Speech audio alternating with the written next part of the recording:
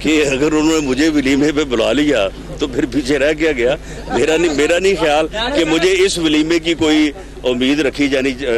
چاہیے کہ مجھے بلائیں گے. مجھے وہ ہرگز نہیں بلائیں گے.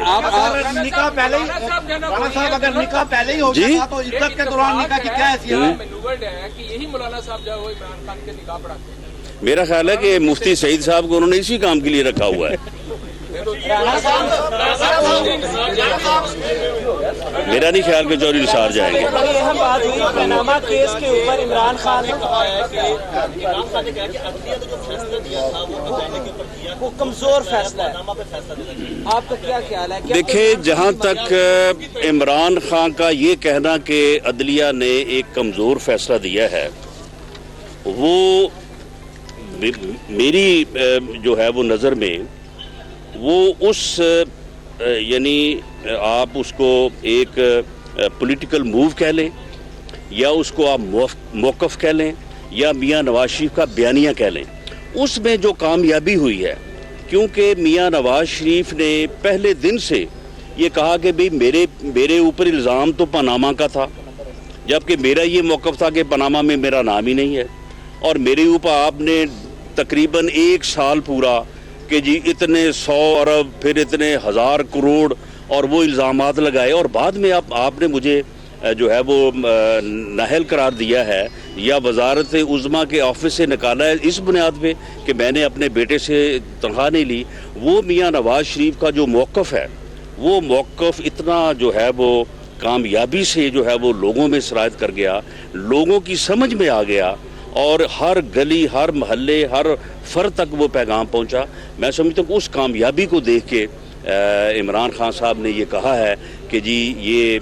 جو فیصلہ ہے وہ کمزور فیصلہ تھا, کیونکہ وہ فیصلہ میاں نواز شریف کے بیانیے موقف کے سامنے جو ہے وہ ٹھہر نہیں سکا. اور اب ایک اور معاملہ, میں صرف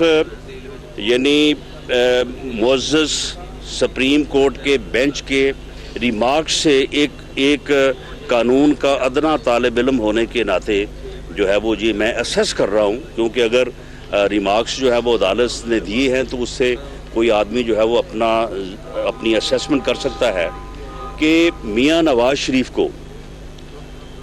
مسلم لیگ نون کی قیادت کرنے یا مسلم لیگ نون کو لیڈ کرنے کے لیے اس کے قانونی طور پہ صدر رہنے یا نہ رہنے سے کوئی فرق نہیں پڑے گا. اور میاں نواز شریف جو ہے وہ مسلم لیگ نون کے قانونی طور پہ صدر ہوں تب بھی وہ مسلم لیگ نون کے قائد ہیں, اور اگر کوئی ایسی پوزیشن آتی ہے کہ وہ نہیں ہوتے تو تب بھی وہ مسلم لیگ نون کے قائد ہیں, اور مسلم لیگ نون کا ہر فرد, کارکن, ووٹر جو ہے وہ ان کے ساتھ جو ہے وہ اٹیچ ہے. لیکن صرف میاں نواز شریف کو مسلم لیگ نون کی صدارت سے محروم کرنے کے لیے کچھ لوگ جو ہیں وہ سپریم کورٹ کا کندھا استعمال کرنا چاہتے ہیں. وہ سپریم کورٹ میں گئے ہیں اور سپریم کورٹ سے جو ہے وہ پارلیمنٹ کا پاس کردہ ایک قانون جو ہے اس کو کالعدم قرار دلانا چاہتے ہیں. اور اگر یہ لوگ اس میں کامیاب ہوتے ہیں تو میں یہ لکھ کے دینے کو تیار ہوں کہ ووٹ کی حرمت اور پارلیمنٹ کی حرمت اور جو ہے وہ تقدس کے لیے اور اس کی جو ہے طاقت کے لیے جو مہم جو ایک تحریک میاں نواز شریف جو ہے وہ چلا رہے ہیں, وہ اس ایک فیصلے سے جو ہے وہ ہر بندے کی سمجھ میں آ جائے گی, اور پھر یقیناً جو پارلیمنٹ کا تقدس ہے اور جو ووٹ کی حرمت ہے اس کی تحریک جو اس وقت چل رہی ہے, نہیں ٹکراؤ نہیں ہوگا, وہ پھر جو ہے وہ کامیابی سے ہمکنار ہو جائے گی,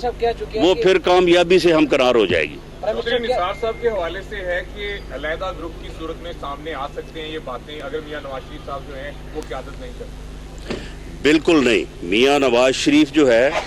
وہ اس پوزیشن میں ہے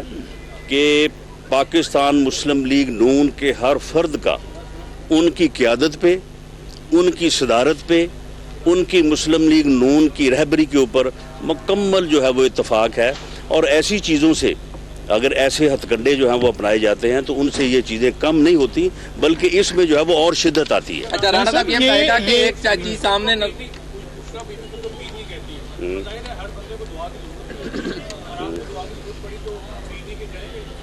دیکھیں جی میں بالکل ویسے تو میں خیر میں